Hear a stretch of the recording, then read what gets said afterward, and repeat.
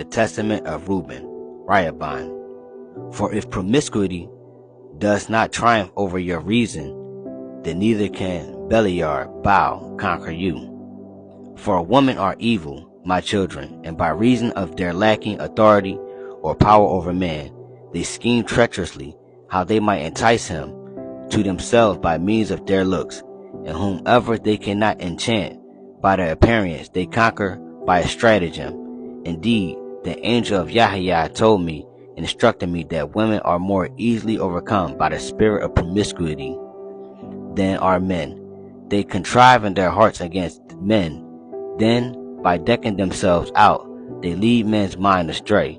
By a look, they implant their poison, and finally, in the act itself, they take them captive. For a woman is not able to coerce a man overly, but by a heartless manner she accomplishes her villainy. Accordingly, my children, flee from sexual promiscuity, and order your wives and your daughters not to adorn their heads and their appearances so as to deceive men's sound minds. For every woman who schemes in these ways is destined for eternal punishment. For it was thus that they charmed the watchers who were before the flood. As they continued looking at the woman, they were filled with the desire for them and perpetrated the act in their minds. Then they were transformed into human males, and while the women were cohabiting with their husbands, they appeared to them. Since the women's mind were filled with lust for these apparitions, they gave birth to giants, Nephilim. For the watchers were disclosed to them as being as high as the heavens. So guard yourself against sexual promiscuity, and if you want to remain pure in your mind, protect your senses from women, and tell them not to consort with men, so that they too might be pure in their minds. Do not devote your attention to a woman's looks, nor live with a woman who is already married, nor become involved in affairs with women. For if I had not seen Bilhah bathing in the shelter place, I would not have fallen into this great lawless act. For so absorbed were my senses by her naked femininity that I was not able to sleep until I had performed this revolting act. Skip down. Do not vote your attention to the beauty of women, my children, nor occupy your minds with their activities, but live in integrity of heart, in the fear of Yahweh and the reverence, and weary yourself in good deeds, and learning and intending your flocks, until Yahweh gives you the mate whom he wills, so that you do not suffer as I did. For until my father's death, I never had the courage to look him in the face, or speak to any of my brothers because of my disgraceful act. For the sin of promiscuity is the pitfall of life, separating man from Yah and leading on towards idolatry, because it is the deceiver of the mind and the perceptions, and leads youths down to hell before their time. For promiscuity has destroyed many. Whether a man is old, well-born, rich or poor, he brings on himself disgrace among mankind and provides Beliar, Baal, with an opportunity to cause him to stumble. Sirach, chapter 26, verse 24 to 29. A shameless wife enjoys making a disgrace of herself, but a modest wife will act modestly even along with her husband. A self-willed woman is a dog, a female dog, but a woman with a sense of decency honors Yahweh. A wife who honors her husband will seem wise to everyone, but if she dishonors him by her overbearing attitude, everyone will know that she is unrighteous. The husband of a good wife is fortunate, because he will live twice as long. A loudmouth, talkative woman is like a trumpet, sounding a signal for attack, and any man who has such a wife will spend his life at war.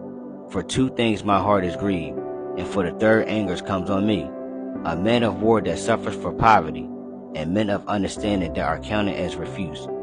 One that turns back from righteousness to sin, Yahweh will prepare him for the sword. A merchant will hardly keep himself from wrongdoing, and a huckster will not be acquitted of sin.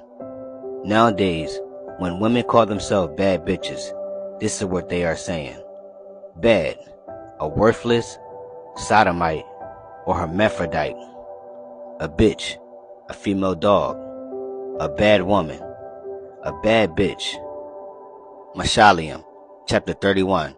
Proverbs. Who could find a worthful, beautiful woman? For her price is far above rubies and diamonds. The heart of her husband fully trusts in her. He will have no lack of love, beauty, happiness, or sex. She asks for his goodness and not his harm all the days of her life. She works with wool and flax and makes many things eagerly with her hands. She is like the merchant ships. She brings her bread from afar. She rises also while it is yet night and provides food to her home and portions for her employees. She studies how to make land produce profit and learns how to buy it. With the labor of her hands, she plants a vineyard. She girds her waist with strength and makes her arms strong. She perceives that her merchandise is profitable. Her lamp does not go out by night. She lays her hands to create love, and her hands hold the love spindle of her home.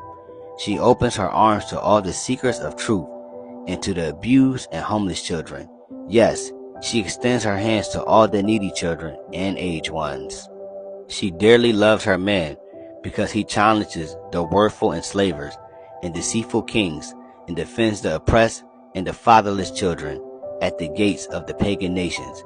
And when he sits among the servant elders of the land, they know that he is a covenant elder of Yahweh, a keeper of the eternal word and of Yasharal. She makes both practical and beautiful products and things of great splendor, and sells them and provide her creations to merchants to help provide for her family when her children are raised. A worthful woman is never idle, but ever creating. She is filled with the word of Yah. Strength from a worthful spirit and steadfast dignity are her clothing. She delights in the kingdom of Yah to come. She opens her mouth and speaks wisdom, Hakama. Worthful instructions come continually from her tongue. She loves her man without hesitation. She sacrifices herself for his pleasure as her love to him. She organizes her home and does not eat the bread of idle chatter. Her children will rise up and call her blessed, Baraka. Her husband will become worthful by her love and actions, and he will continually praise her, even if he does not yet believe in Al-Yahya, Allahya.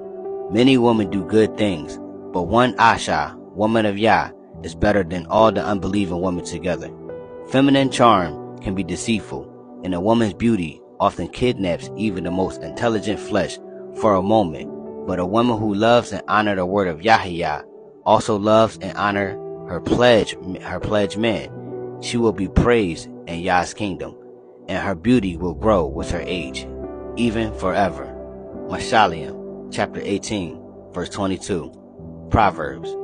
Whoever finds an Asha, a woman in Yah, finds a good thing and obtains the favor of Yahweh. Shalom.